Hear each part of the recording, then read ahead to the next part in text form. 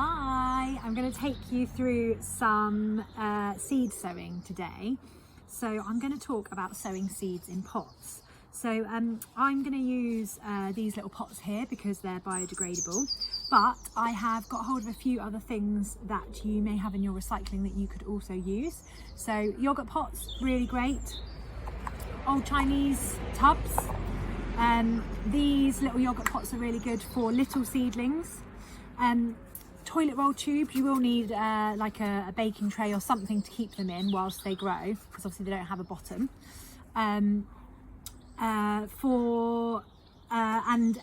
egg cartons are also really good as well, so you can sow a couple of little seeds in each one. So a couple of things to point out: if you are going to use plastic things, you will need to put holes in the bottom to let the water drain out. So a really easy way to do that is to, and go careful with this, health warning, heat up maybe like an old fork or a skewer on the hob, or using a lighter, and then you can just, when it's really hot, you'll just be able to poke it through the bottom to make your holes. So it's a really quick and easy tip rather than using a knife, which is a bit dangerous. And then what else am I going to talk about? Compost. You're probably going to need some compost. Is quite hard to get hold of sometimes. Yeah, head online, find your nearest local garden centre, see if they're delivering, and get hold of some compost. I've got peat-free compost. I've got a whole other video about why peat-free is important, so do go have a look for that on my YouTube channel. And then a couple of other things you're going to need are some labels, because it's really important to label your plants, otherwise you get very confused about what you've actually planted. So these are the kind of typical ones that you've probably seen that you can buy, but a few other little hacks. Lolly sticks are really great for this, or if you've got quite like a heavy duty plastic in your recycling, so like a pot noodle, if you just cut a slice out, that makes a really good plant label. So again, go careful with that. I just use scissors to do that. So yeah, there we go. So what we're going to do first of all is, I'm just going to talk about actually why we sow in pots. So a lot of plants prefer to be sown in pots, and also at the minute, it is, so we're kind of mid-April here, it's still a little bit cold to be sowing these directly outside. So if you sow them in pots, and keep them inside on the windowsill, they'll get a really nice start, and then you can plant them out once all the risk of frost is gone. So that's why we do it. It should say on the back of your seed packet how they like to be sown. So it will say sow in pots, or it will say direct sow. Now I'm going to do a video on direct sowing next week, so keep an eye out for that. So you're just going to take a bit of compost and you're going to pop it in. I like to do this, you know, with no gloves on, because I like the feeling of the soil in my hands. And there's actually some evidence that there's a bacteria in soil that can improve your mood and reduce stress. So I get as much of that in as I can in a minute. So I'm going to be sowing some courgette seeds. Now I'm going to sow one seed per pot, because these are quite big seeds.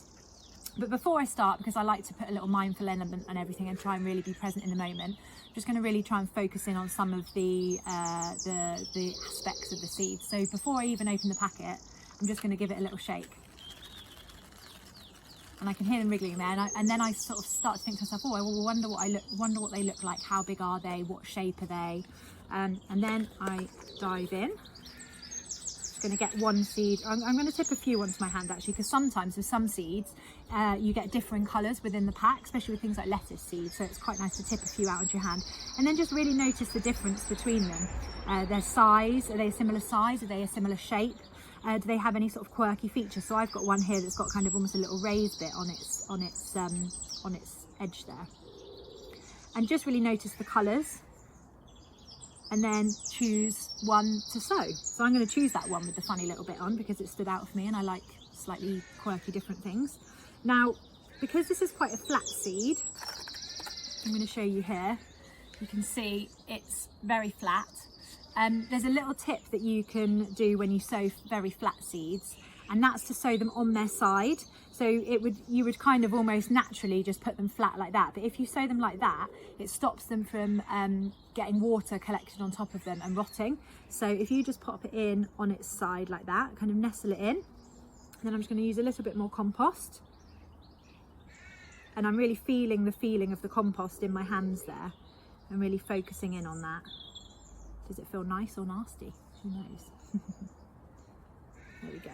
Right, and then I'm just going to write my plant label, she says, looking for a pen. Here it is.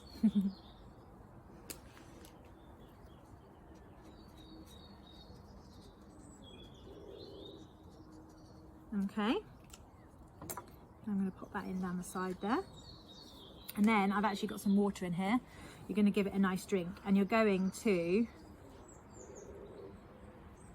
Now, one reason you give plants quite a bit of water when you do water them is because you want to do what's called settling in, which is almost where you create like a little puddle around them, and then the soil will naturally form around the seed, which is what you want, because you want the soil to be in contact with the seed and the wet soil ideally, so the seed both has moisture, nutrients from the soil, so it can start its journey into a plant.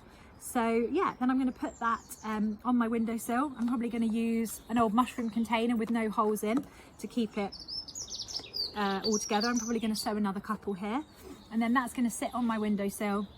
I'll hopefully see some green shoots coming up before too long, and then it will stay there until after the last frost, at which point I can plant it out. Couple of things to mention about courgettes. This pack comes with 12 seeds. If I was you, unless you plan to give a lot of plants away to your friends, or you literally want to eat courgettes every day for the rest of your life, I would probably only plant 1 or 2. I might plant 3, because ideally I want 2 plants, and that's more than enough to feed my family. So I only really want 2 plants, so I'm going to sow 3 just in case one of them doesn't survive, which, you know, is very normal, so don't worry about that if things don't work out. Because with courgettes, the more you cut them, the more they grow, so they are like a true cut and come again variety. So yeah, I hope that's been useful. If you've got any questions, do pop them in the comments, and happy sowing.